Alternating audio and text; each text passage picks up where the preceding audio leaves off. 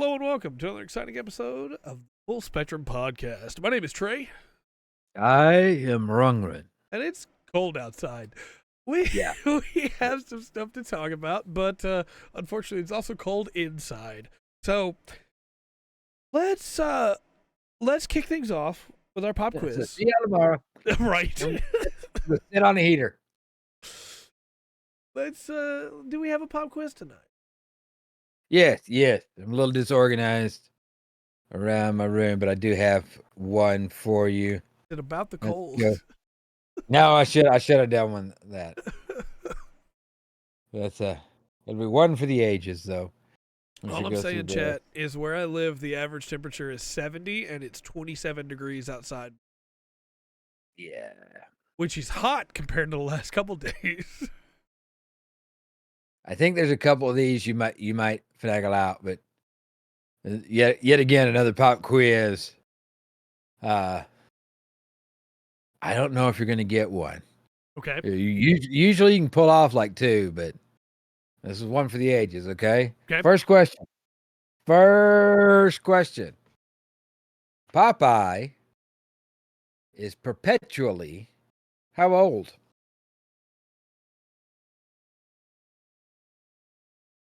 33. What'd you say? 33. The answer is 34. Oh, You were so close. That was a great guess. Bo. thank you. That was really close there. Like, dang. All right. Number 2. What is the minimum age for a U.S. senator? 34? Okay, that was the answer to the first question. I thought there might have been a theme. The answer to the second question is 30. Okay. 34 would be Okay. a really weird distinction. It would. Okay. All right. So in the Disney movie, how old was Sleeping Beauty when she went off to La La Land? 18, right? It was her 18th birthday? You wish she was 16. Oh, Yeah. that's unfortunate. Yeah. Can't watch that without FBI sponsor again. I don't know what's going on. Beat 16. I'm kind of interested on this one. So, how old was Elvis Presley when he died? That's a trick question because Presley's still alive in Vegas. Oh, very good. When he's supposedly died. I actually don't know, so I'm going to say 67. Holy crap, Trey! 42. Goodness. I tried to give him some more years. How old do you think he was? We must do that one. See? Yeah. Goodness gracious. Okay, listen carefully now. Okay. All right. Just how old was John Glenn when he became the oldest astronaut to travel in space? Not how old he was when he first went to space. How old was he when he became the oldest astronaut to travel in space? You know, I'm feeling really good about this number, so I'm going to go with 67 again. All right. Well, it's 77. Oh, It's 77. 10 years off. Yeah. When he was a U.S. Senator, he flew aboard the shuttle Discovery on October 29th, 1998. At 77 years old, he went to space. Nice. Congratulations. Frances Folsom Cleveland became the youngest First Lady ever when she married President Grover Cleveland in the White House in 1886. What was her age? Really afraid. Going to be like 14. It was in the 1800s. I'm going to say 16. You are a monster. She was 21 years old. Oh, thank Trey. goodness. Thank goodness. God. Okay. All right. All right. At least you're consistent. We'll go with that for tonight. How old was Albert Einstein when he published his special theory of relativity? 54. He was 26. 26. At 26-year-old, Albert Einstein published his theory of relativity. Good on you, man. I So if can't. you're older than 26, Yep. I want you to think back. What have you done? Not that. I can't Okay, imagine then. a young Albert Einstein, unfortunately. I just imagine even as a child, he See, had that's the hair. way. That's the way the brain works. Yep. Like you thought Elvis was like really old when he's died. Here in a few years, you're gonna be like, "Holy crap, Elvis was young." Yeah. But anyway, all right. So there is only one place in the world that has a maximum voting age. Do you know it? Maximum voting age? Yeah. There's- All right. See, give me the place or the name. There's the a number. really dark joke I could make here. I'm not going to make that. Instead, I'm going to say it's Russia and it's 99. Okay. Well, it is the Holy See, and it's the age of 80. Okay. To elect a new pope, the cardinals have to be under the age of 80 in order to vote for that. All right. The ninth question. At the age of 76, he was the oldest actor to win the Best Actor Oscar for his performance in On Golden Pond. What is his name? I have no idea. I don't think I've seen that. I'm going to say Rodney Dangerfield. Rodney Dangerfield should have got an Oscar at some point in his life, but no, he didn't. No. Yeah, it is. Henry Fonda. Oh, okay. Yeah. And if anybody comes across this that knows the movie On Golden Pond, just next time you watch it, think of Rodney Dangerfield in the place of Henry Fonda. Oh, yes. Justice for All Rodney right. Dangerfield. So, last one. How old was Huck Finn in Mark Twain's book, The Adventures of Huckleberry Finn? How old was Huck Finn? I have 3 different ages that are rolling through my brain, but I'm going to say Huck Finn was 17. He was 13. Oh. For me, it was like 13, 15, 17. And I was like, well, I think he was older. Nope. No, that was a clean sweep, Trey. Yep, I got skunked. I thought you might pull one or two out. Look, if we can just go back in time and cast Rodney Dangerfield and on Golden Pot, we'll be great. Yeah. Come back and we live in like nuclear paradise with like clean energy and everybody has food. Rodney Dangerfield just needed that Oscar. Right. All right. Well, we don't have any Gundam today, so we'll move into weeks. Hey, Will, don't go back and watch the VOD. I definitely got all 10 questions. Asked to him. He had all 10 questions. He got all 10 questions asked to him. For sure. 100%. Yeah. All right. Well, like I said, we don't have any Gundam. So we'll move into weeks. Hey. How's your week been, sir? A lot of Lotro. Enjoy your meal. You got one. Yes, you did. That's true. Yeah, need a one. See you a little bit, Will. Hurry up, Rugrat. Congratulations, Rivas. Just hurry up, Rugrid. So he's going to eat. Hey, you can't do that. Remember Albert Einstein, theory of relativity, 26 years old. That's right. What's he Come doing? on, Trey. Going to eat. Yep.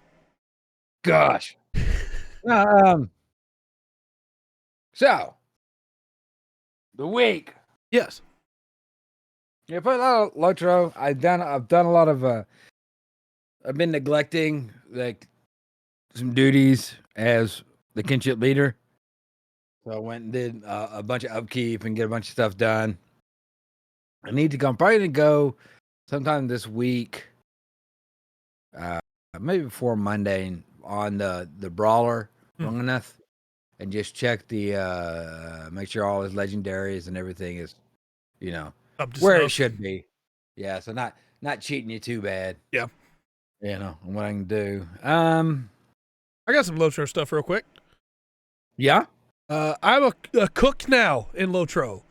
Yes, you are. So if you want me to cook for you, come to Landreval, join our kinship, and I'll make you whatever I can. I'll make you a bunch of eggs and onions. I only made 71 eggs and onions, okay? There'll be more food later. I like crafting in that game. Yeah. It's kind of, I like crafting because you can, like, I've got adventuring. I need to do stuff around the house, but not too much. Right. I got a crap load of stuff to craft. I can start at crafting, come by and check on it. Yeah. Move and click the next crafting thing, and it does it automatically.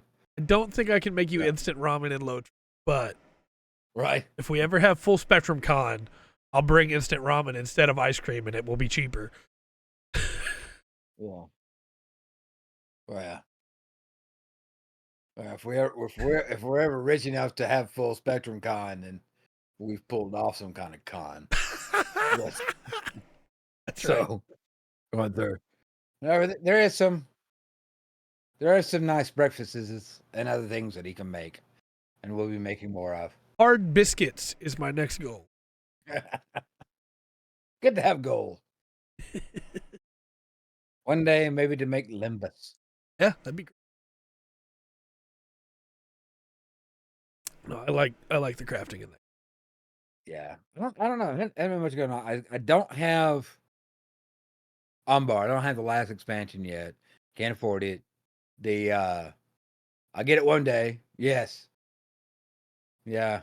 What's up, Waverly? Glad you're here. Finished 11 seasons. Nice. I didn't catch like every episode with her, but I catch quite a few, and I enjoy Frasier. That's a good show. One of the TV shows I like. So I guess I did catch a few episodes of that. Yeah. I haven't really watched anything. I've been doing some like free stuff to get ready for the 2 weeks that I'm not gonna be here, or those days I'm not gonna be here, and I'm kind of getting ready for that. I'm trying not to let that overshadow my, what I need to get done this week. Right.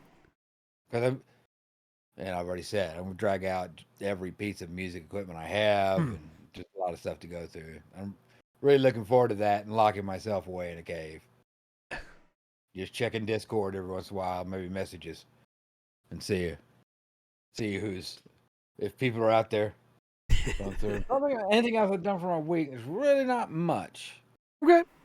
Week watching kids. So how was your week been, sir? I was sick for like half the week, 5 days, and in that 5 days, I did a little bit of stuff. I didn't get as much done as I wanted to, but I did a little bit of stuff. I finished Octopath Traveler 2.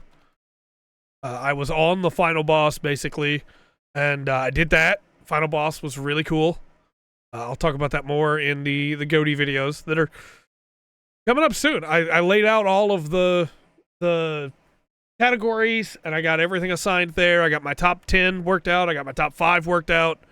So now it's just recording and putting all that stuff together. The audio, the video, mashing it all up and making it into a paste, and then sticking it into Premiere and somehow making a video. Yeah. But I'm really excited for that. Whenever I have a project like on my mind, it doesn't leave until I either decide I'm done with it or decide that I'm done with it, you know? And so this has been eating at me for the last month. What is it? The 14th day of the month? It's all month. So it's almost done. Hopefully that'll be out by the end of the week. If not, it'll be next week.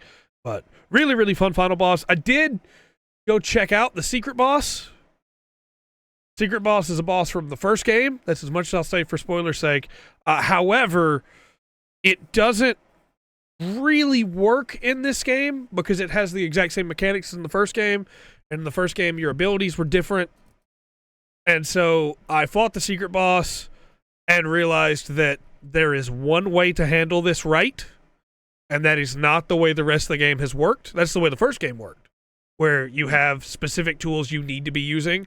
Second game was a lot more open. You could build your party however you wanted, and you could tackle any challenge that way. That is not the way the secret boss worked. And so I fought it once, and then I tried to optimize and fought it twice and realized I couldn't use my builds at all, and then I would need to go completely rebuild all of my characters, and said, you know what? I don't need to kill that secret boss. I'm good. And I left it alone. Don't blame me.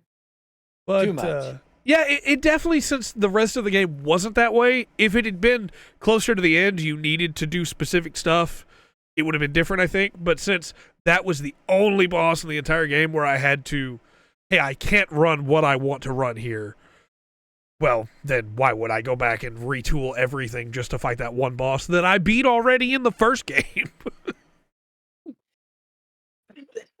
Yes, well. I put a little bit more time into Dredge. That game's still really cool.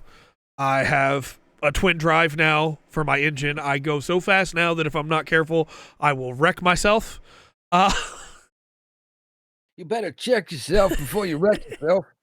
Speed is the name of the game. But it's still really, really fun. I found a bunch of cool stuff I'm excited to show off in an update stream for it. And really, really, really fun little game. I now have the ability to teleport back to one spot. So it's pretty great. I thought it was key. We talked about Lotro already, but played a little bit of Lotro, got some crafting done, really excited about that. I want to do some more of that soon. I really enjoy growing stuff in the fields and then taking it, turning it into food, and then turning that into actual food that we can eat. That's cool. I like that a lot. And then I've been playing a little bit of 14 again. Oh, what's up? What'd you have? One more Lotro thing. Yes. To go on. I am working on the farming plot for you. Oh, thank you. Yeah, so there will be one. Couple of weeks. Nice. So. Speaking of which, I do have a house now in Lotro. Yes. You bought a house. It without realizing it, it's right next door to yours. Yeah. Having to be one. Bought one of the smaller houses. Got the storage. That's the important thing. Yep. There's all the extra storage. And that's some nice little decorations out. If you want to come by see my house, it's on Landerval. You can come by and check out the kinship while you're there. You know, maybe stay. Got all my banners, my Rohan banners up in there. Feels good. Been playing a little bit of 14, trying to get ready for the new expansion coming in summer, Dawn Trail, and trying to get everything leveled there. It felt really good, even though like I could not sit up for long without getting a really bad headache. It felt really good to be back in Eorzea again, the 14 world. I hadn't really been playing with the rush for goatees and everything, and it felt really nice just to be running around in that world again, listening to the music again. I love Lotro, and I will always appreciate getting lost in the world of Lotro. I think that's the best thing about that game, even though it has a lot of good things. But 14 is my one true love. And so whenever I get to come back to it, it's just like, ooh, just relax. Everything's good. And then you die to a fight that you weren't ready for. And you remember that, hey, maybe you don't get to just relax. Maybe I'm going to go craft instead for a little while. But not geared super well on all of my classes. So we'll get them to 90 and then they'll be fine. New expansion will reset everything. Also for my week, I finished Sense 8. Yes, finally. That is worthwhile watch through. Yes, absolutely. Really love that series. For anybody that's like, hey, you haven't talked about it in a while, what is that? Sense8 is a series about 8 people that wind up becoming connected through, it's really complicated, but the simple version is it's like telepathy except better. They can feel not just each other's thoughts, but also what they're thinking, what they're feeling. They feel the things that they feel for other people as well. And it's really cool to see the connections deepen between these 8, to see them become family. And more than that, in some ways, they are each other at the same time that they are themselves. It's really good. It's got some great villains. Only complaint that I have is that the ending is rushed because the show got canceled. I really wish it didn't. I wish we'd got a full season 3, but I really like that show. Instead of a 2.5 hour long movie for the third season? Yeah. Yeah, there's some stuff that was unfortunately rushed pretty hard for that, but character work, absolutely amazing. I like that show quite a bit. There's quite a few scenes out of it that I'm like, I will remember those scenes forever. Yep. They made me happy. I was happy to see people I cared about being taken care of. The Lido getting knocked down and Wolfgang standing up. Yep. Like that. That's like where the closest I come. So I may have stood up and cheered at home. I don't know. I don't do that for shows. I'm not going to clap in a movie theater or nothing, but Dad, all I'm saying is you need to watch it because somebody kicks a man with a bus. Yeah. You're not going to find that anywhere else. You know, you got to check it out. You know, it is a very mature rated show. So, you know, I wouldn't watch it with children. Right. You know. No, I definitely agree. I'm doing a lot better, Dark. Doing a lot better. Still get a little headache every once in a while, but doing a lot better. Also very cold. No, I firmly recommend Sense8. It is absolutely wonderful. And characters, super great. Coffeeus is my man. Son is my girlfriend. That's fair. I also... Now, that's next week. That's next week and the week after. I also almost finished a show called Reacher, specifically season 2. And I say almost. Oh, go ahead. I was just saying, I've seen some clips of that. The guy, I know who the Reacher character is. I remember how funny it was when Tom Cruise got it, because Jack Reacher's supposed to be this huge. Yeah.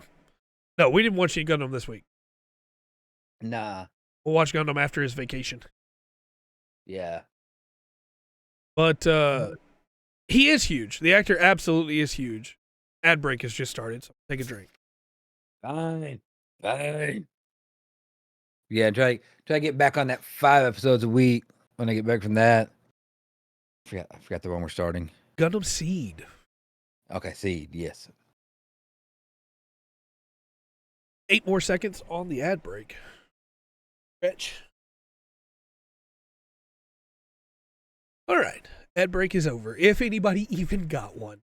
No, the actor is absolutely huge. He's like ridiculously huge to the point where when at one point in the season he kicks a car and the airbag hits the person in the car, I was like, sure, I'm not even going to question that. This guy is like 9 foot tall. He's not really, but he looks like he is.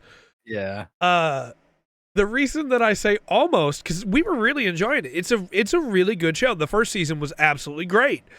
Is because they drop the episodes once a week. And so without realizing it wasn't done, we started it and there's one episode to the end. So that episode comes out on the 19th. You got something to look forward to. Yeah. I remember when you had to wait a week, and if you missed it, you just missed it. Yeah. It's a pretty good show. I don't think it's like writing level anywhere close to Sense8, but I do think that the action is really good. Like, when it comes down to, hey, Reacher is in this room and someone wants to kill him, there's going to be a good fight, you know? Only 2 episodes are out? Okay. It's really good for that. The intrigue is good. Don't get me wrong. The plot's not bad or anything. The character writing's good. but where it really shines is in the fight. Some shows, TVs, movies, or whatever are made for a reason. Yeah. And it doesn't necessarily mean they're bad or anything, but like the best movie review I ever read is in a magazine, and it was for Friday the 13th, part 10, I think, Jason in Space, Jason X. Yeah. And it started off with, look, there's a reason this movie was made. You know, they're not chasing Oscars. Right. They're not trying to, they're not trying to win any awards. This is about, like, a monster slasher in space. Yeah. It's about as ridiculous as you can get. And on that aspect, I enjoyed the movie. Yeah, absolutely. So, Reacher just needs to be able to link the scenes where he goes, all right, now I'm fixing to kick some butt. Yep. And it should be okay. Yeah, no, I think they pull it off. Link to those points, then it'll be all right. There's Mandy Patinkin. Couldn't remember the name. Gotcha. And hey, Faith. One thing I really want to highlight, though, with Reacher is the first season, a lot of the character development was done through conversations. They had to tell us who Reacher was, because if you've never read the books, you don't know anything about Reacher. So he's got to tell you, this is the way I eat my eggs, and things like that. Yeah. But in season 2, a lot of the character moments have been understated in a way I really like. Like Reacher is the kind of person that sleeps whenever he can and he eats everything that's on his plate, right? That's what he does. But in season 2, there's a scene where they tell him, hey, this person is dead. And you have a moment where you realize this is the same guy that when people died in the first season, he kept eating his meal. He puts the meal down and gets up and says, let's go. And walks out of the diner. It's like, this person's important to him, So you got enough of the little character stuff in the first season that in the second season, you can notice the small things. Like he doesn't say, well, I'm not finishing this even though I normally do. It's just like, hey, he's still got stuff on his plate. That's not something he does. That's kind of cool. Yeah. That's cool. Where the character's built like that, in whatever series, it's like, hey, I understand the character well enough. Yeah. It excites me too because they, at the start of each episode, they tell you that this season is based on the plot of this book, which means they're gonna keep making it with more books. Yeah. And so I'm like, now that I know this character, I can catch all these little moments, and it's really good. I want more of just, here's a weird situation that Reacher wound up in, So I'm excited for it. I've read one Jack Reacher book. It wasn't even a novel. It was like this. Like a short story of Jack Reacher. It was around the time the Tom Cruise movie came out. I got you. And they, what is his name? Lee Child? Something like that. The author of it. I think it's Lee Child. Anyway, he had a short story on that. It's the only Reacher thing I've read. But I do know other people that have read them that just really enjoy it. Yeah. In the same way, like, I don't know. It's not exactly the same as James Bond. Yeah, you know what I mean. Kind of like a mix between James Bond and Louis L'Amour, right? Okay. Like it's that kind of, this is just a guy. He's not James Bond, but he's huge and he's good at what he does, and it's good stuff. Highly trained. Gotcha. All right. And then the last thing for my week is I built some models, and I want to show off these specifically because these are the ones that I'm most excited for. But I built some mech boys. Oh, all right. Right on. I got a missile guy here. That's a broadside battle suit. And I got a broadside with a heavy rail cannon. Yeah.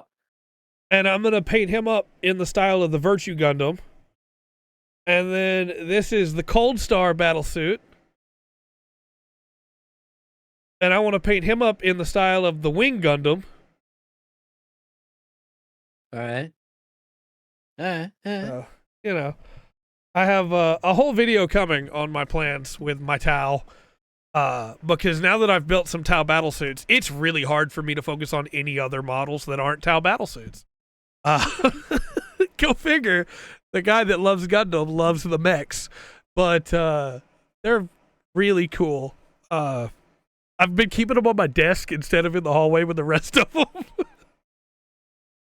So I'm excited. I want to do, and like I said, I've got a whole video on it, but I want to do like a super robot themed army, so there'll be different Gundams and different other mecha anime, and I'm stoked. For size comparison, I ripped the legs off of my high-grade Astaroth because I wanted to show this, but Gunpla-wise, they are still smaller. Yeah. Even if they're quite a bit bigger than most of the other 40K models. Maybe. Remas. Maybe. I maybe have one of them Trans Am. You know? Have the broadside Trans Am and then fire his GN bazooka. Okay. Alright. We had our ad earlier. It's time to bring back a fan favorite segment of this podcast, which is reviews. Okay. Here we go. All right. So first off, thank you, Will, for that Trans Am. Perfect timing. I had to take Faith and Rundgren off the Ice Cream Wall of Fame. You were on there for like a month, so congratulations. But we're starting off with The Last of Us Part 2 remastered. Faith redeemed a watch out, bearded man. 80. No, I know what this. I know what this is. Yeah. All I right. think most people do. I don't think I have to explain this one. So I'm going to go 89 on this one. Okay. I've already got my score for this one. 89. Should be like 99. Something like that. Will with the 83. Faith with the 87. Remus, what was that? Remus with the 84. Well, I'll give it a B. I don't think it's a strong, decent B. Waverly's 86. Yep. Waverly 86. The score is 91. 91, is it? Yep. All right, that's fine. That's fine. That's fine. They're very happy with it. Will redeemed a You Shall Not Pass, and I can only imagine that is for his score. I'm like, it can't be higher than 83. If it's higher than 83, throw it out. Yeah. Done with it. They're lying. So, 91. And I've got a couple blurbs for you. Fine. IGN Italy, the only IGN that I trust, says The Last of Us Part 2 Remastered is the best way to enjoy Naughty Dog's masterpiece, not only for the graphical improvements and the full support for PlayStation 5 exclusive features like DualSense, but also for the return of very good extras such as the excellent No Return DLC. So, why I wanted to read that one off is to show you there is some additional things. It's not just the same game with slightly better graphics, as Remas said, but it's mostly just the same game with slightly better graphics. Fair enough. However, Too Much Gaming says there's just not enough meat to justify the use of the term remastered in The Last of Us Part 2 Remastered. Visually, the improvements here are minimal, and even without it, the original The Last of Us Part 2 can still go toe-to-toe with the biggest games released today.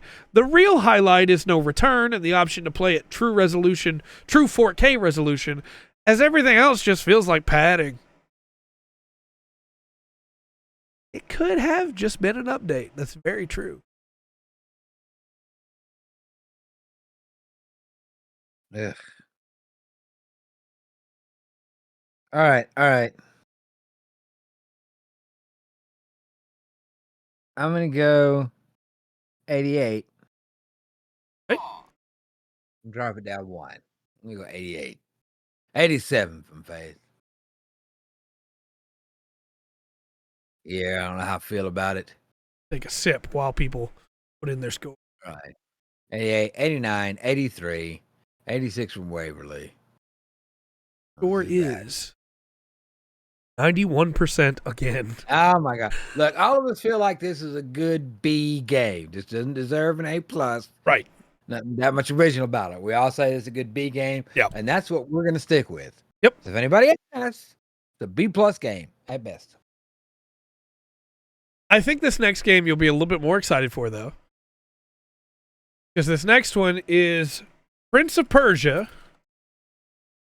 The Lost Crown. This is a game that got announced a couple years back at the Game Awards. We talked about it at the time. This is the side-scrolling Prince of Persia. Yeah. I'm trying to think. Faith was quick with that 87. Right. Well, there's one Prince of Persia that I have to care about. That's Sands of Time. Yeah, Sands of Time is very good. Yeah. And that helps with me caring about that game. Is that it does have very good. Rivas. 77. I'm gonna go 81. Okay. Warrior Within was okay. I think Warrior Within is dragged a little bit more than it needs to be. It's not the best Prince of Persia by far, but there's something funny about whenever the beast gets close to you and it starts playing Crawling in My Skin. There's just something funny about that. Or is it Let the Bodies... It might be Let the Bodies Hit the Floor. Either way, it's a song that doesn't really fit in that game. But gets me every time. However, the person who gets the ice cream is Faith, because it is 87. Oh, fine. Congratulations, Faith. Fine. Your FGO's account is a 1 year. Nice. Don't tell me how much you spent on it. I don't think you want to know either. Faith redeemed the victory, the Final Fantasy victory. Euro. Oh, nice. Congratulations. All right. So I got a couple blurbs for you. Okay. Attack the Fanboy says, Prince of Persia, The Lost Crown is a superb Metroidvania that reignites the franchise in exciting ways and only gets better the longer you play it. Meticulously crafted platforming mixed with exhilarating combat makes for a game that's nearly impossible to put down. Free to play? Hey, congrats, man. That's tough. Kudos for sure. PC Games In, however, says the Prince of Persia The Lost Crown is simultaneously overblown and undercooked in some areas, but it nails the fundamentals of combat, platforming, and exploration, making for a strong Metroidvania adventure and an exciting new entry in a legendary game series. Okay. All right. I want to read a bonus one for you just for the fun of it, but because it's very short. Daily Star says, a decent and difficult start to console gaming in 2024.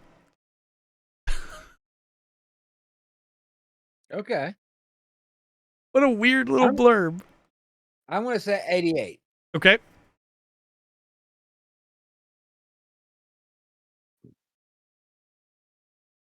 $81 from Faith Ann. 86 Remus, 83 Will. 86 Waverly. Yes, 86 Waverly. Score is 94%. Oh my gosh. The only person who got any ice cream tonight was Faith. Whatever. But it surprisingly did better than I thought it would. It kind of was not on my radar, but now it, might not Now be too you're bad. curious? Yeah. All right. Let's move into announcements. And I have Smite 2 on here, but I believe we have a surprise announcement tonight. It's not surprising, it's one I got. What you got for me? Okay. So, quick one. Lotro, January 17th, tomorrow, Wednesday. Short downtime. They just very, very small fix for a couple things. Okay. That's everything now. But Lotro put out a letter from Orion in January 2024 that puts forward their roadmap for 2024. Okay. Okay. So I'm going to read you, not going to go into the letter. It's not a very long letter, worth a little bit of read if you're a player and love them. But I do realize that for most of y'all, as far as this Lotro stuff goes, Trey's going to be excited. Faith's going to be excited. Most of y'all are going to be about excited as I am when Trey starts a 40K spiel. All right. So coming this winter, for the winter's up in Q1, there's going to be 2 3-player instances added, Okay. a 6-player instance, and a 12-player raid. Okay. Chapter 8 of the Epic. Yeah, so that'll be So you got a big section with Umbar. They got up, and they're gonna have another section, Chapter 8 of the Epics. They're gonna do some more stuff with the delvings. Okay. And there'll be some stuff that's Umbar specific and stuff that's just generically with delvings. Gotcha. They are gonna add some more missions. These missions will be in the Elder Slade, like the ones out of Trestle Bridge, where you can go. Just do little missions.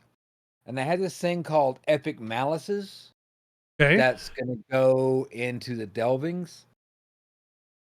The Ill Omens event is going on right now, by the way, too. Okay. So one of these Mondays, it goes till the 31st. Okay. So we may do some of that. Do that. It's special things in the skirmishes, special monsters in there Okay. that you can get. We do need to get you some extra XP, so it wouldn't be a bad idea to do it. And I think there's some like rewards, like special rewards. Okay. Like class specific stuff like that, right? Okay. So in the spring, obviously you have the spring festival. Right. 17th anniversary. Ooh. So there'll be all the stuff that comes with that. There'll be a chest or a little present you get. Yeah. Maybe a new code that gives a bunch of free stuff away. Possibly something. There'll be something around that, right? There'll be stuff for the 17th anniversary. They're not giving details on that. I'm sure. I know you get a new picture frame, and there's some stuff that's standard. Probably some fireworks that you're gonna get for sure, right? Okay. Okay. Then, are you high enough for that? I'm not. I'm sorry, Faith. I missed what you were saying.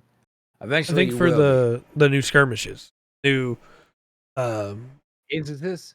Yeah, the one that you were talking about that's going on right now.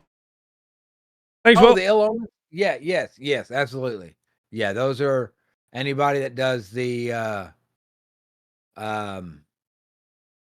if you pass level 20, so you can do skirmishes, you can take part in Ill Omens. Nice. Because it's gonna give you like in this skirmish, fight this thing. I don't know.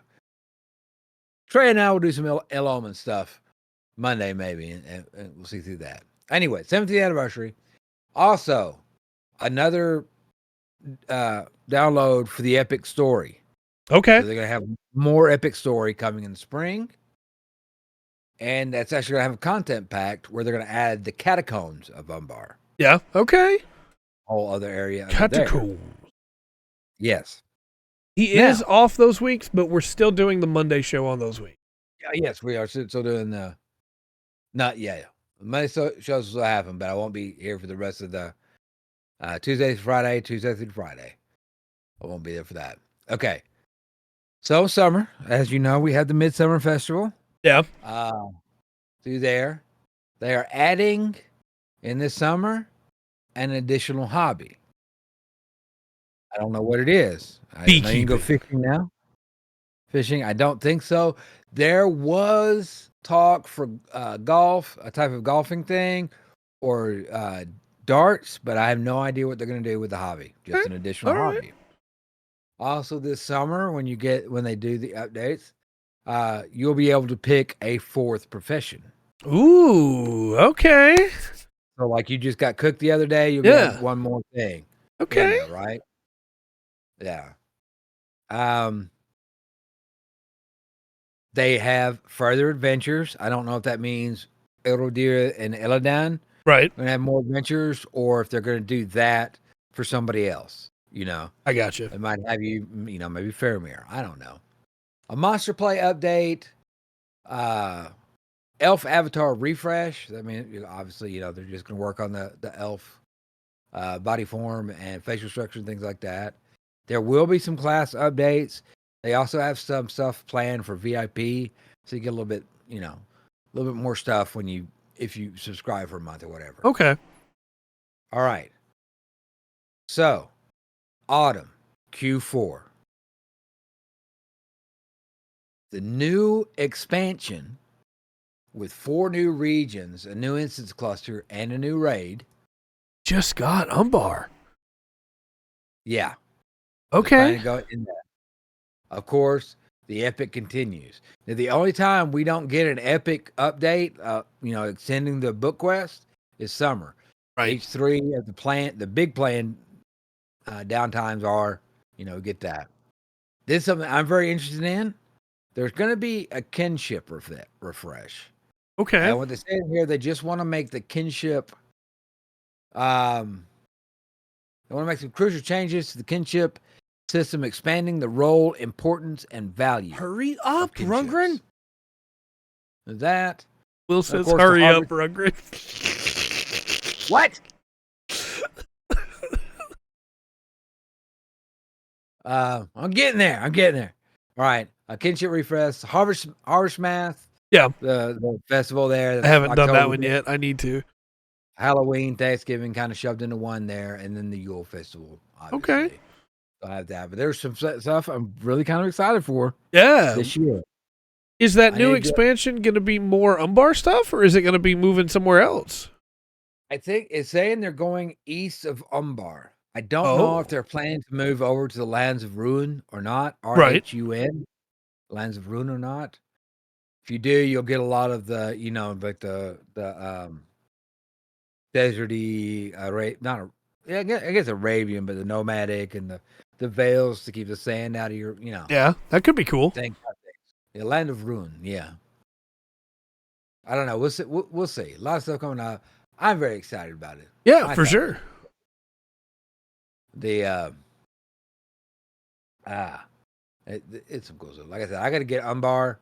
I got my main almost like perfectly ready to go, and nothing else for him to do. Go through that, so I have to get that. I need to get it and get to it before anybody else in the kinship does. I don't think there's really that much trouble worrying about that, but I don't want to let it slide past me. I understand for sure. No, that's cool. I'm excited, especially for the new expansion. I didn't expect that so soon. Yeah. And I got to be busy. I got new expansion in FF14. I got new story content coming in Guild Wars. And then there's a new expansion. I say I got to be busy, but realistically, we're like quite a bit away from that expansion still. The new one in Lotro. But, it's fine. I want to be excited. We got to get to Umbar before the end of the year, man. Right? I don't know if that's physically possible in the way we're doing it, but come on, Trey. We're working on it. Yeah. All right. Well, you got anything else for that, or? No, that was it. Bo. Perfect. I am stoked for that, honestly. I think the thing I'm most excited for is the 4th crafting slot, honestly, which is weird, but still. Yeah. Me too. I like to craft. I want all the crafting. So, Smite 2 was announced.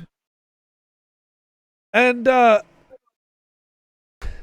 this is kind of in the same camp for me as like Overwatch 2, where why make another one when the one you have is doing fine? Yeah.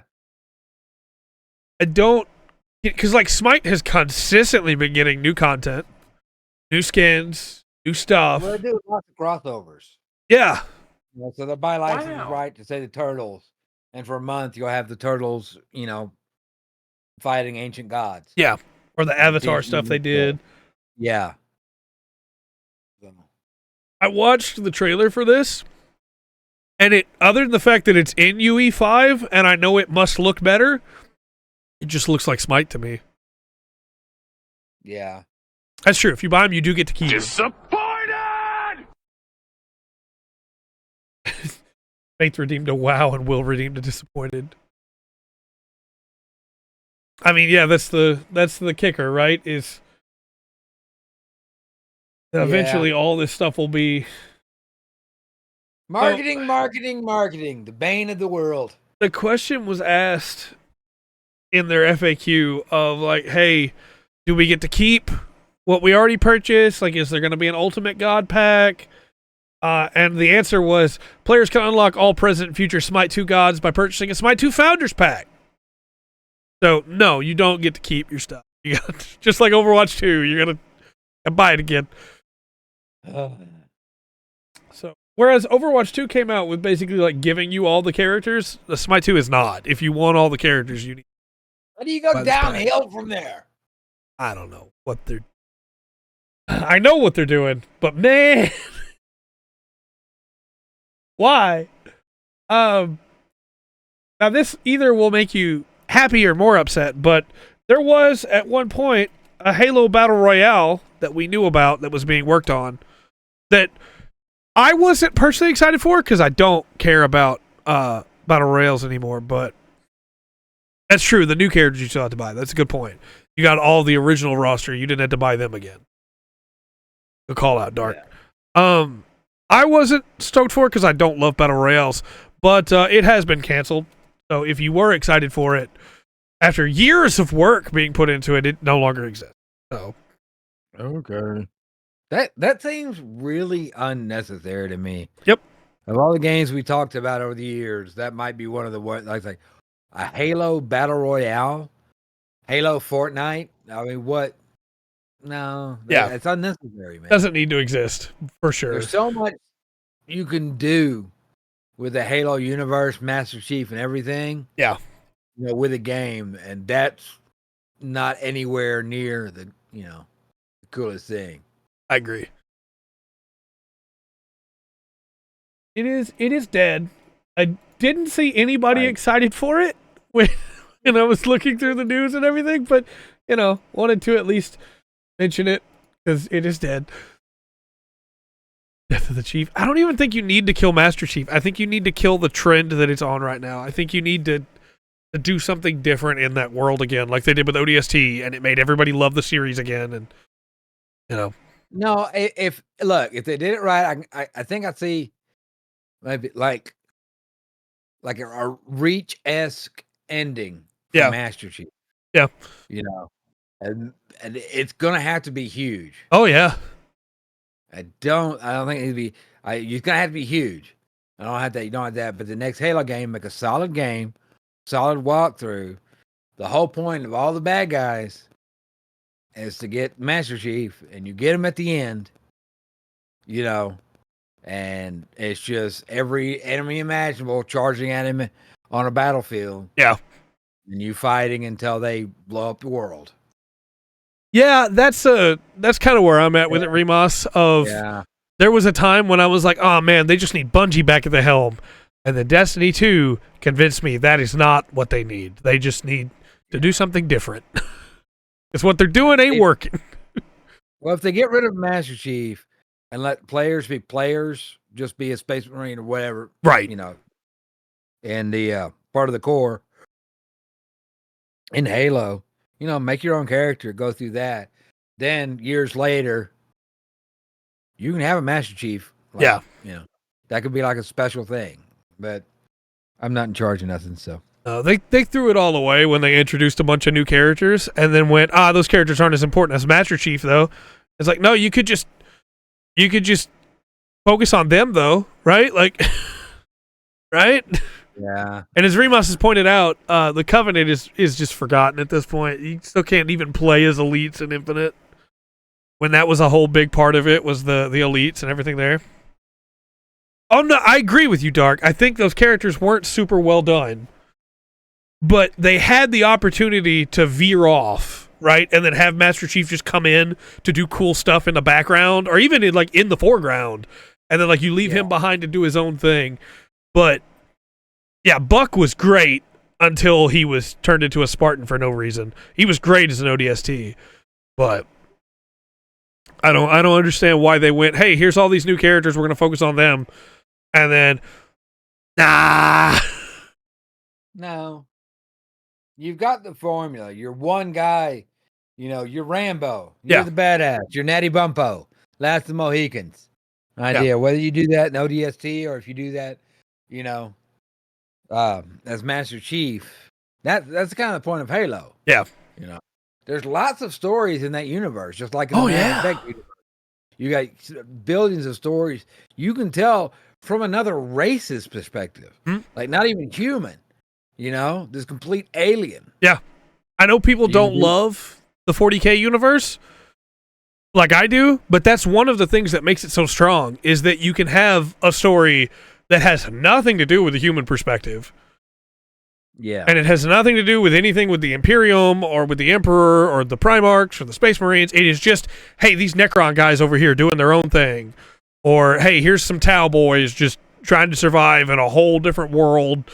You know, you could have done that with the elites. You could have done that with the grunts. You could have done that with the jackals. And they just didn't. Oh, excuse me. Sorry. Noble Six comes back from the dead and defeats the Banished. Yeah. I had a lot of options. I agree with Dark. Nathan Fillion is great, and I think he did a great job as Buck.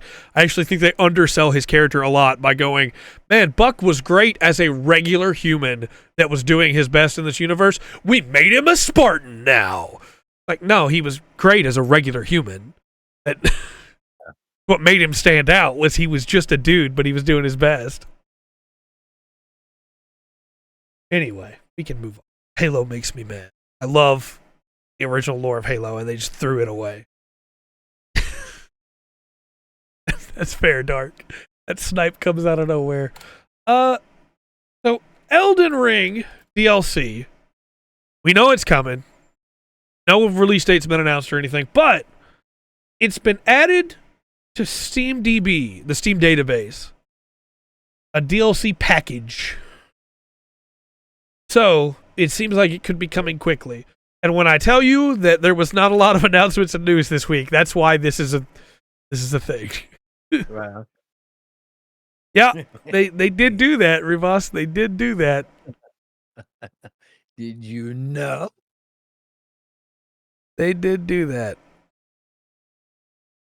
But you know, it's coming. It probably soon. When? Who knows? But probably soon. Yeah, it sounds like the plot armor gave out.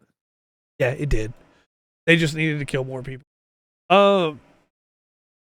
Then GDQ is going on right now. Game's done quick.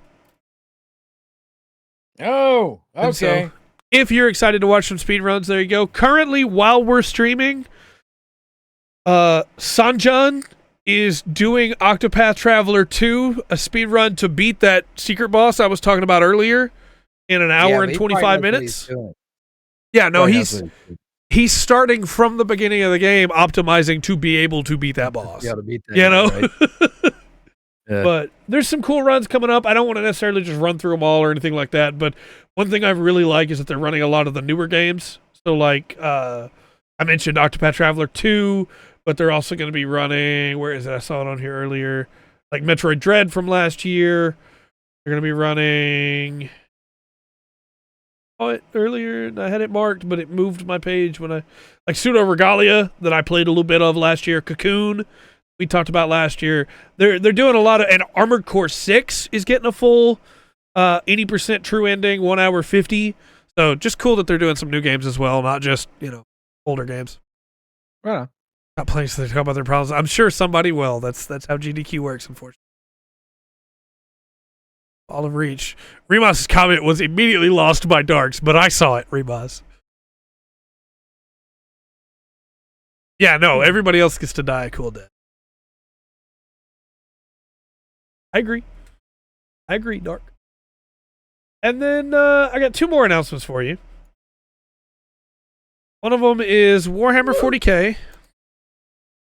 Lost Crusade is canceled. Shutting down. Thank goodness. Thank goodness. This game was terrible.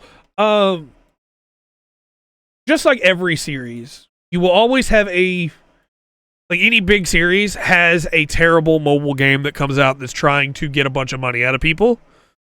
You have phones, don't you? Right. This one was especially egregious because it would be like, hey, you get to run your own battle barge, which are the biggest ships that the Imperium uses. Like, oh, that's cool, you know? Hey, you want to make Space Marines? That's cool. Here's this resource you need to make Space Marines. But also, you have to, you know, spend some real money if you want to get the good ones, because there's also a gotcha element to it. And also, if you want to speed it up, because otherwise it takes way too long. And your Space Marines are still cooking, but look, there's a raid going on over here. Don't you want to be a part of it? You better spend some money. It was ridiculous with the amount of ads it would throw at you, the amount of packages. Yeah. Every day you would get a different package deal that would be offered to you, and they would tell you, hey, you only have 7 hours left to get this package. We're going to bump up the value for it for you. It's so predatory. And starting today, you can no longer buy anything in the game. And then February 15th, you will no longer be able to play the game. It will be taken offline, and all existing game data will be permanently erased. They're not even saving any data on, like, hard drives. It's just all permanently erased. So, get enough GNC to make... Yeah. Josh Strife Hayes put out the best video on it, I think, which was basically, like, they sponsored him to do it. And he put out a video that was, hey, here's all of the problems with it. And it's really telling. If you want to see, it's immortalized in his video, I guess. So if you want to see how predatory that game was, since you can't buy anything in it now and they've turned all that off, go back and watch his video, because man, was it bad. I tried to play it for about 4 days and got my limit. Even free to play, just hit my limit of I can't do this. Yeah, they're gonna save the data that people bought. They're gonna see all the user data for what people purchased and why for the next game.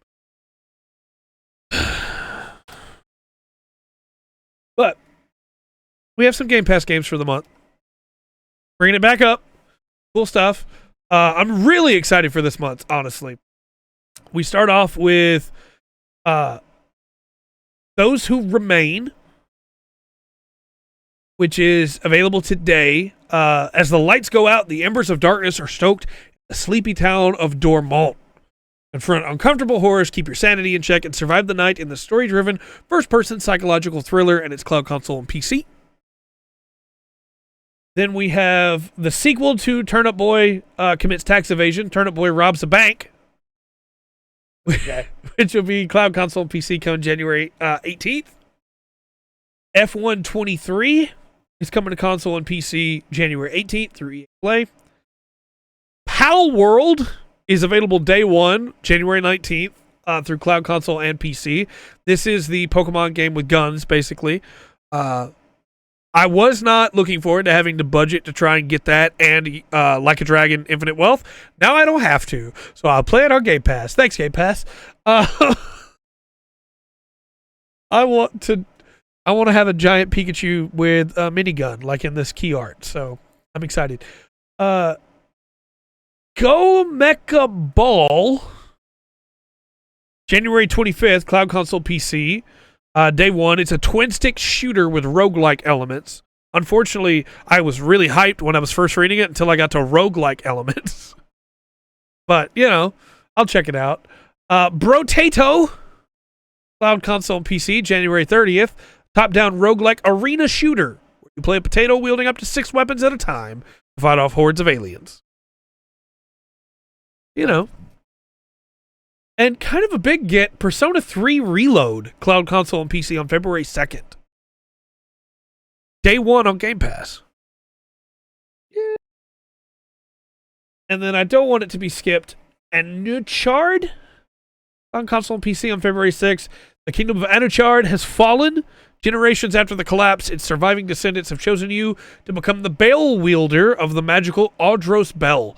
Go forth, battle monsters, solve puzzles, and restore Anuchard to its former skyward glory. All they tell us about. Seems kind of cool, though. Some stuff has to go, though, anytime stuff is added. So, Hitman World of Assassination and F1 2021 are both leaving January 31st.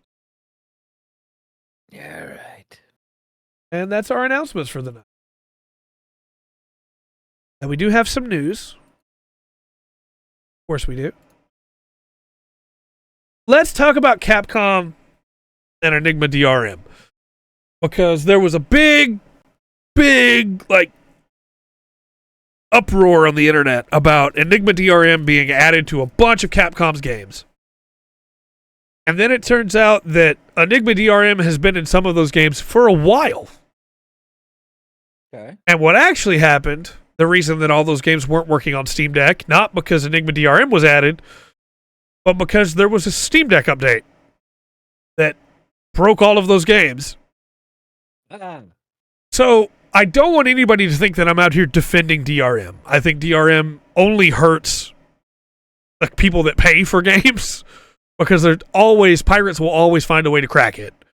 The only people that get hurt by the DRM and the only people it stops are the people that actually paid for your game. So I understand why people are mad about Enigma DRM in these games, especially when they've just found out.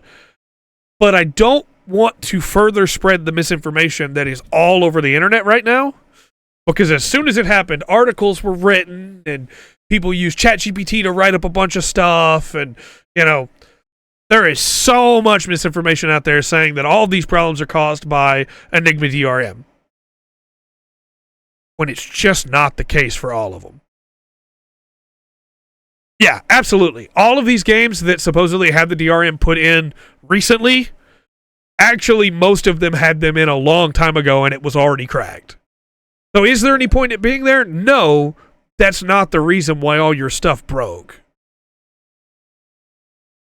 That's where we're at right now, we're getting into the mod stuff that people are really upset about. So, what's happened?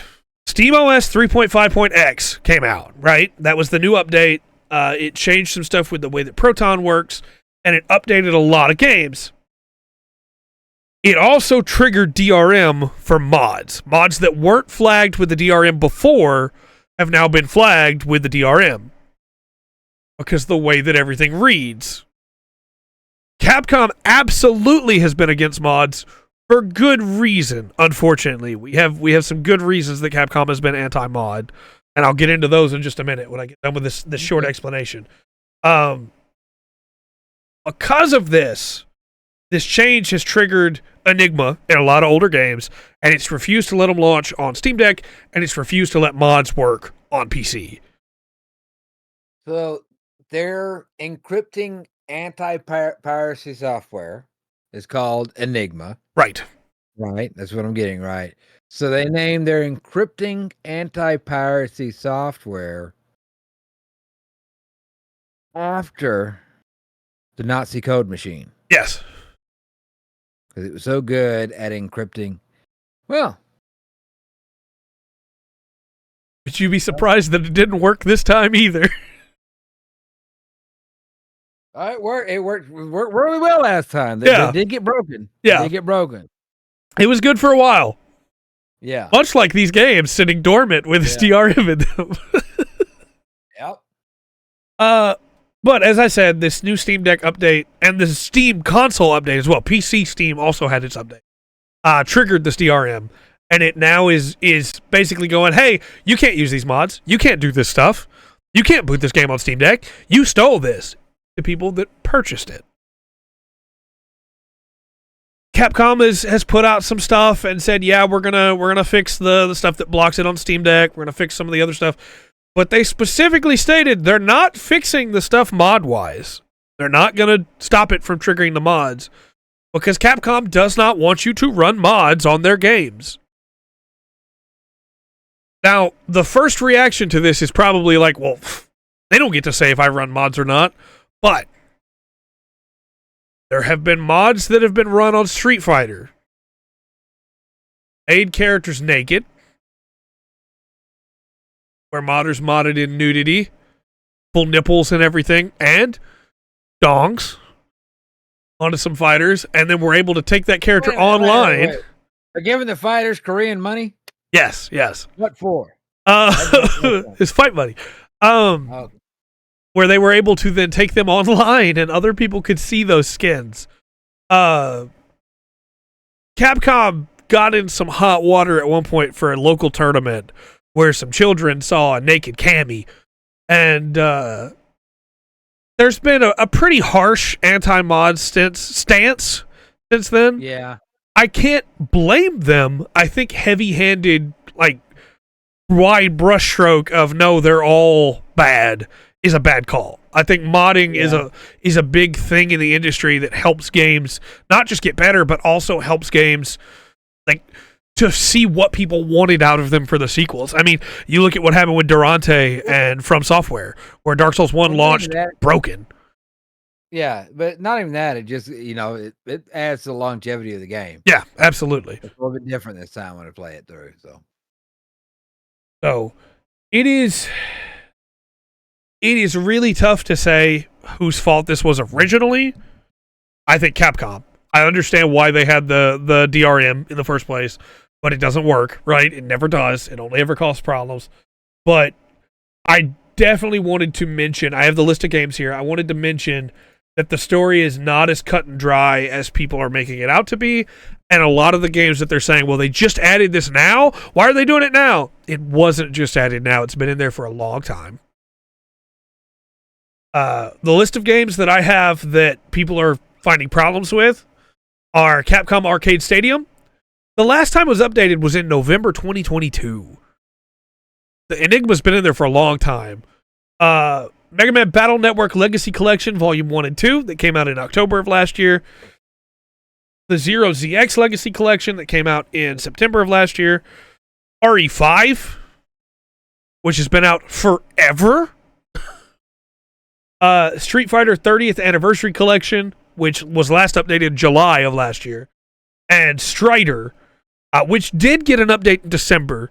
I can't tell you if that update was Enigma or not. But I can tell you that when that Strider game came out, it had a lot of problems running on a lot of people's PCs. So my assumption is it already had it in there, but I can't tell you that for sure. That's just my assumption. But the only one that it was added recently, as far as we can tell, was Resident Evil Revelations, where it seems like it was added 4 days ago, right before the update. But it also could have just been a bad patch being sent to Enigma. We just can't say for sure. And Capcom won't tell us. They've refused to mention when the DRM was added. Even though it would probably make them look a lot better if they said, no, it's been in there the whole time. What do you mean?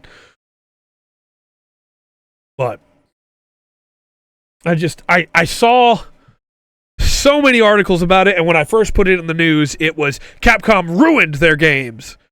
And then it's like, no, that's kind of not what happened here. It is, but it's not like they did it today.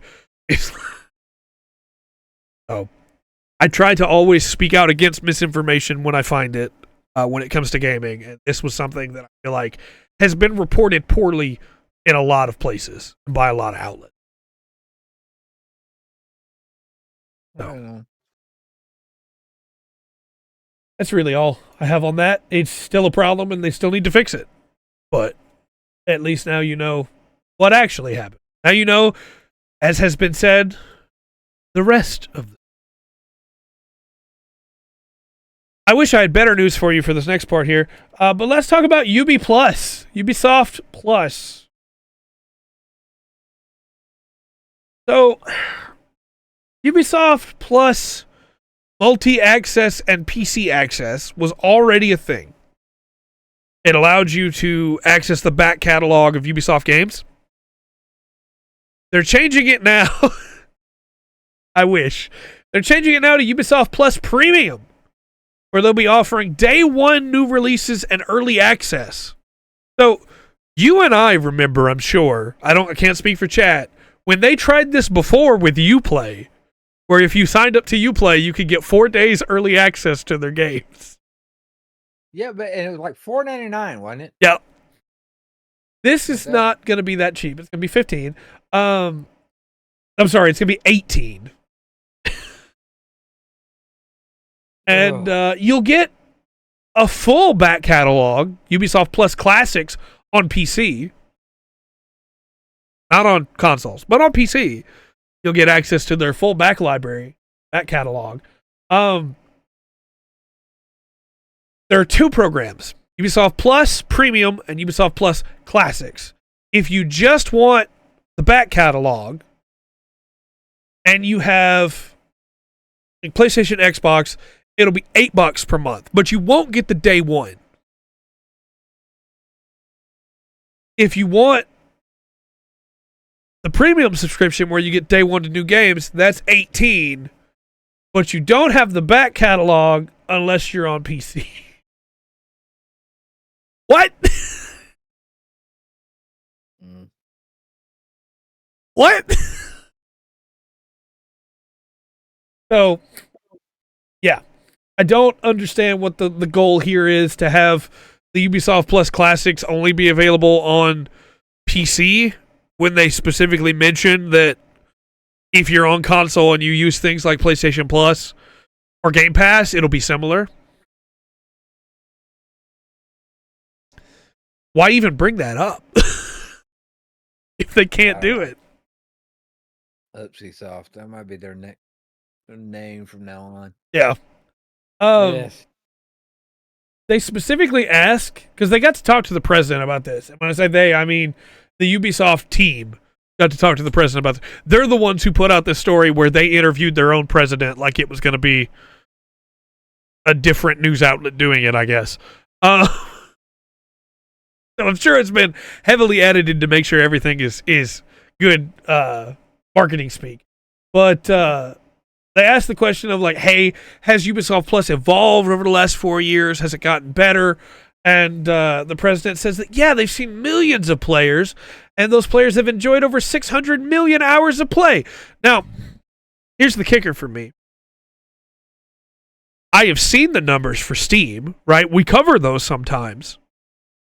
If over 4 years, 1 million players have only put 600 million hours in, that's a problem. That's not the number they claim that to be. Like, I'm not trying to be a jerk here. Your number should be much closer to 1 billion if you've got 1 million players playing for 4 years. Even if each of those people only plays 1 hour ever for those 4 years, that's 1 million hours. They're going, yeah, it's been 600 million hours of play over 4 years. That's a lot lower than it should be. I need some other averages for that. Okay. Because you said 1 million players, right? Yeah.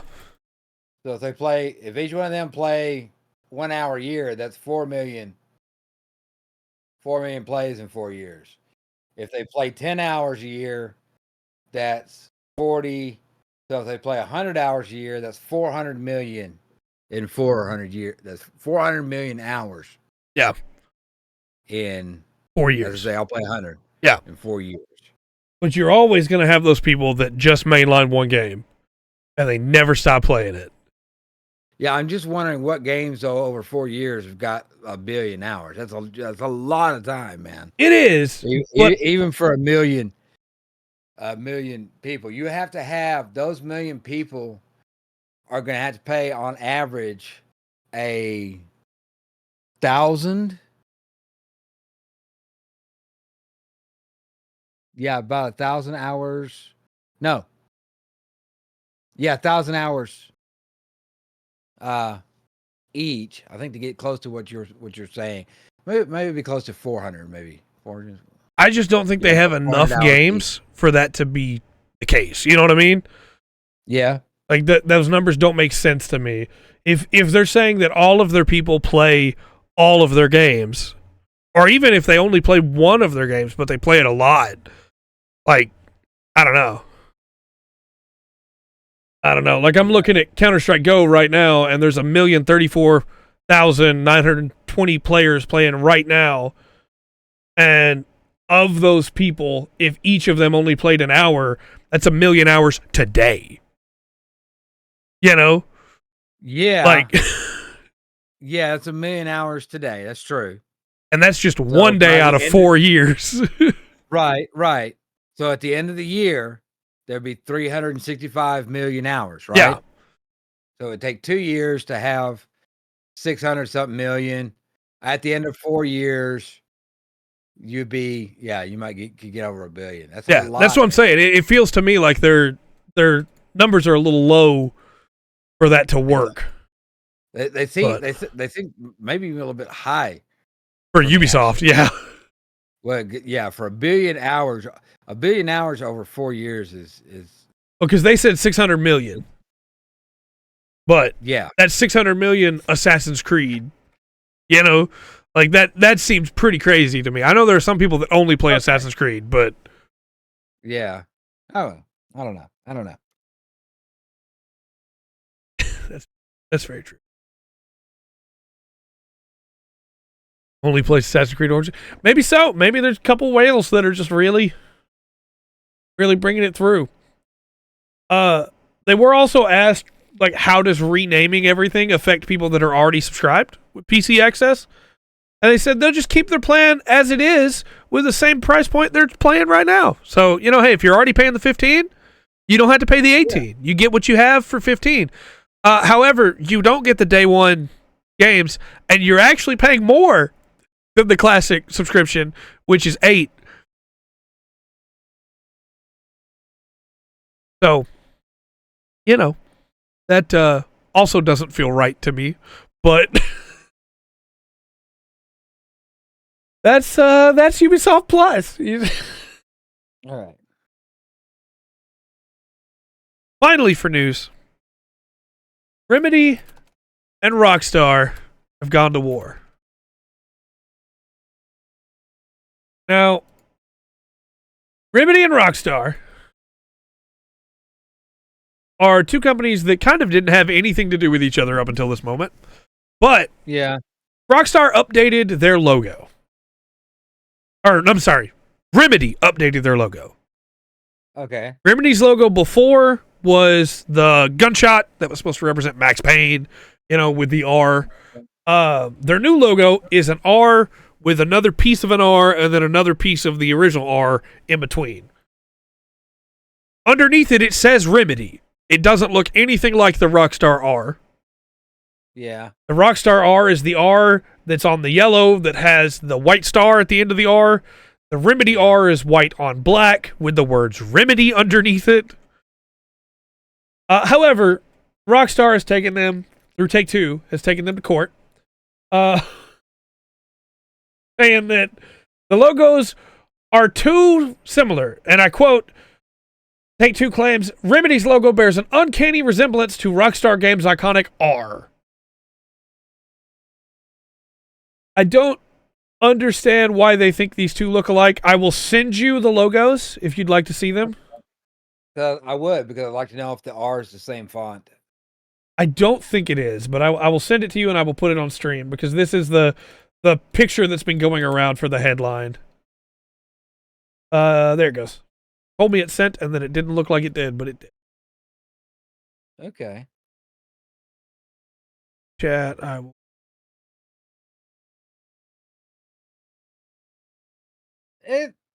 There's a passing resemblance. I don't think they're going to win a court case, though. Yeah, I'm right there with you. I think I can understand why somebody might be like, oh, that looks kind of similar. But then afterwards, you're like, no, it's different enough. Yeah. There you go, Chad. It's on screen now where you can see it. Did you know? Yeah. I've been fighting them for years. I don't get why you're a company that has way more money than them. Why is your first response, oh, we got to take them down? How dare they? But well, if they do win, it'll take them down. It'll be a big lawsuit against Remedy, and Remedy's valuation of company will decrease. Yeah, Rockstar probably buy them. Yeah, I think it's really dumb too what they say their grounds are as to why they're against it, which is there exists a likelihood of confusion on the part of the public as to which company it is. Yeah. It literally says Remedy under the R. That's part of the logo. That's not just, hey, they put that there. That's part of the logo. Right. I don't know. I don't understand what's going on anymore. So that has started.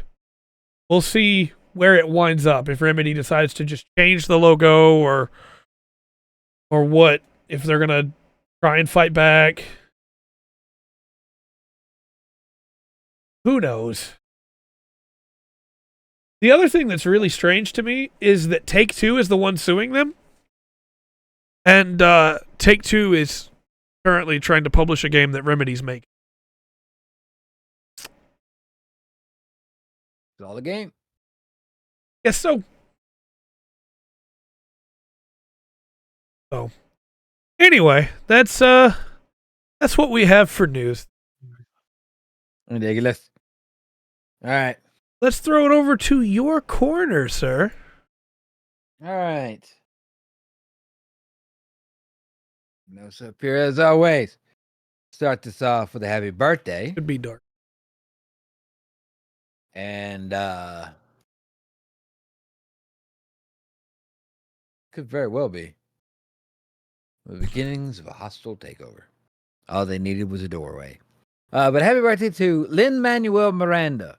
He did some musical or something. I can't remember. Okay. It got kind of big. He also voiced Gizmo Duck in the DuckTales. Yes, he was also part of Hamilton. It's a big thing. And what was the other one? There was another one. There's another play he wrote. I don't know about another play. Was it In the Heights? I know he did the music for Moana. Yeah. Yeah. On that stuff. Yeah. I did know that he did Hamilton. I didn't know he did In the Heights. God, Trey, come on. All right, I don't have a big story for tonight, but I do have a little bit of a story. Okay. So, in Germany, like many places around the world, Christmas is over. Santa has left kids come and left gifts.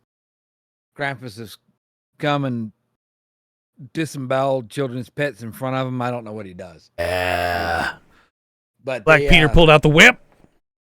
That's another country entirely. That's a very hot topic. You really want to get into that right now? Probably not. You probably just got us canceled. All right, but the problem in Germany, and they had a problem. It was a problem for a long time, and they figured out how to fix the problem. But what the problem was is there were many unwrapped Christmas trees left at lots, and there wasn't a good way to get rid of them. Well, this is how Germany gets rid of the unused Christmas trees that are still wrapped and left on lots. Okay. They take them to the zoo, where the elephants get a big bunch of them, and apparently they love the Christmas trees. On Thursday, they were thrown in, many of the Christmas trees thrown in with the elephants. This is an annual event, by the way, at the Berlin Zoo. They soon as they land, the elephants tear off branches with the trunks and gobble them, or they throw the trees around their enclosures and playing with them. In the bison exhibits, they'll put out a bunch of trees, and the European bison like nestle into the trees. Oh, I thought they were going to ram into them and bust them up. No, they just lay in them. Oh, okay. And yeah, they'll eat the evergreen around them as they're laying there on that European bison there, and the reindeer. They like to play. Apparently, they like to play with the conifers. Okay. Put them in bags. Yes. You know. So actually it's a big day at the zoo. And for all the troubles, as cold as it is, or as bad as the world is, at least in Germany, they've got a good place to get rid of some of their unused, unwrapped Christmas trees. Yeah. Yeah. So they only take fresh, unsold Christmas trees from select vendors. Okay. They don't accept trees from the publics. They don't want any trees that had any decorations on them that might have been sprayed with some kind of chemical or anything like that. So it's just, this is not something that the public can donate to. You still got to get rid of your own tree. Right. Which if we ever get another a real tree, they could turn them into mulch. They could, but it's quite a few. Usually there's quite a lot. And the cityscaping and stuff you're taking care of, and they've got that budget out for a year. And this was just something that they worked in a few years ago. That hey, this is a great thing. A lot of the animals love it, and it takes care of takes care of feeding and some playtime, I guess, for the elephants. Bison, Sure. and Yeah. Why not? yeah, that's true. There are a lot of places. Yeah, shoot, there's a lot. Some people that like they just have their own mulch. They got a compost pile and they make it up. Will told you to hurry up again. Look, man, I'm going through the story. It wasn't very long. I hope you liked it. The elephants got to play with Christmas trees. That sounds pretty cool to me. See, all right. Maybe it is just the violence in me, but I really thought when you said the elephants were going to get the trees that they were going to just like snap them in half. Well, with their trunks throw them across the enclosure. All right.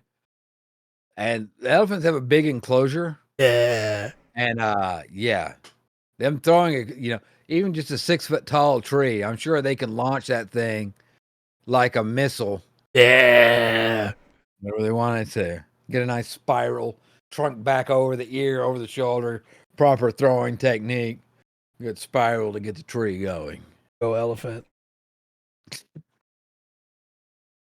Ugh. But that's what it is. It's a nice little story. A little bit of cleanup after Christmas, I figure. Yeah. You know what elephant is in German? I don't know. It's probably something like long-nosed pig. Elephant. With an F. It's Look, at the point that we got elephants in Germany, it was just, well, whatever. Elephant. Right. But do you know what you get when you mix an elephant and a rhino? Elephino. Well, that was a great story, especially after the bummer that news was. Thank you for sharing it with us. Right. You're welcome. But it's time to bring back your assignment. Right. Pick the next game to beat. So, just a quick thing before we start this. Rungan will start this game tomorrow, and he will have 2 weeks off from the Wednesday stream. And then after the Wednesday stream, he will continue this game. Yes. So be very cautious in how you vote. Vote starts now. Since it's been a while, please say 1, 2, or 3, not the name of the game. All right. Your vote no longer counts, Freeman.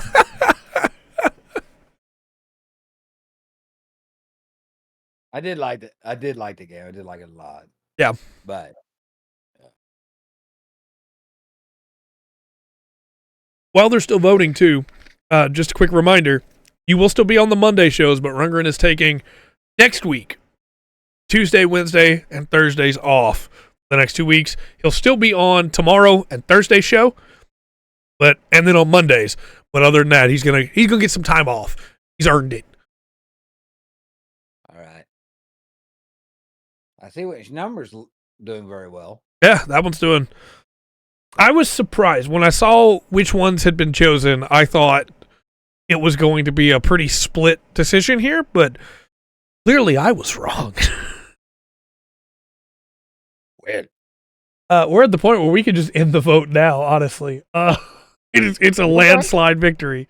So excellent. Thank you. You will be playing.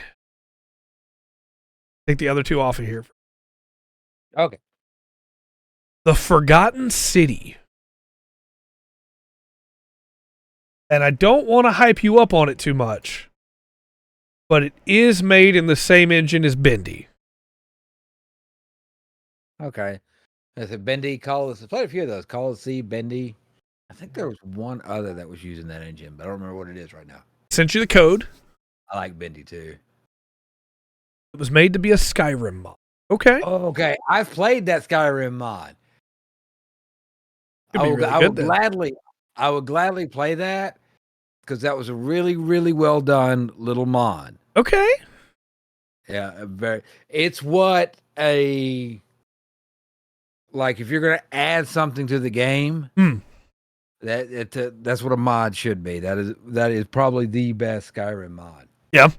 Very cool. Yeah, I don't know if the game's gonna be like that, but I know the premise is kind of the same. So I'm looking forward to that. That's cool. Very cool. Very good. we'll go into outro and plugs then. Do you have any plugs, sir? No, just appreciate everybody being here.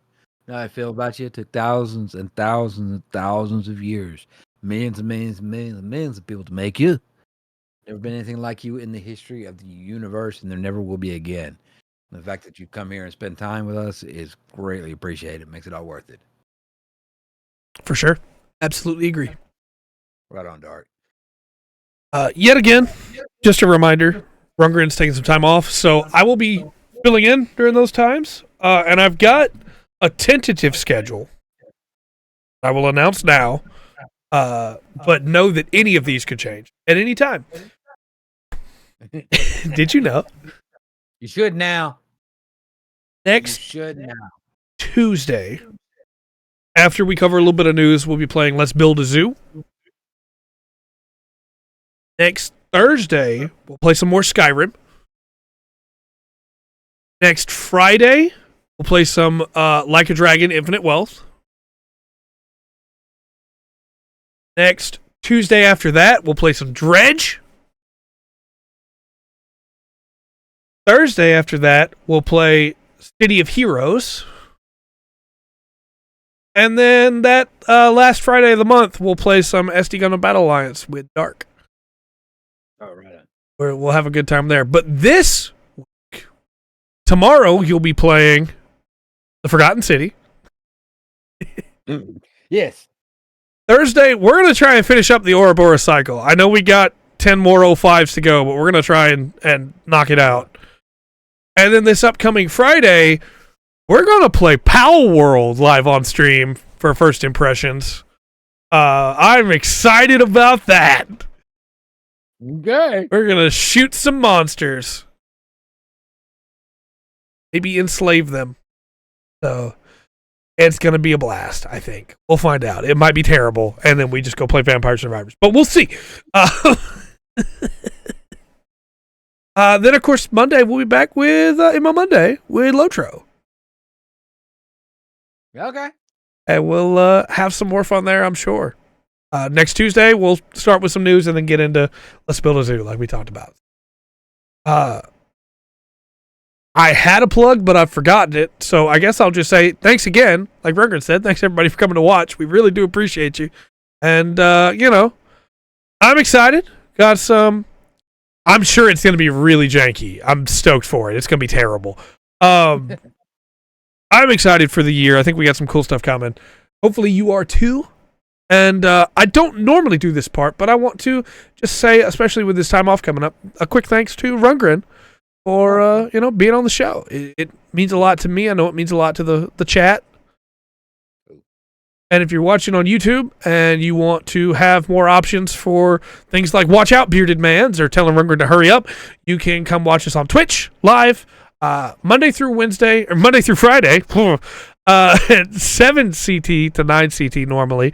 And then if you want to join the Discord, you can do that as well. We're a bunch of different stuff that we could talk about. Until next time, I've been Trey. I have been Rundgren. And we've been the Full Spectrum Podcast. Remember to always enjoy the full spectrum. Life and elephants throwing Christmas trees has to offer. Good night, all.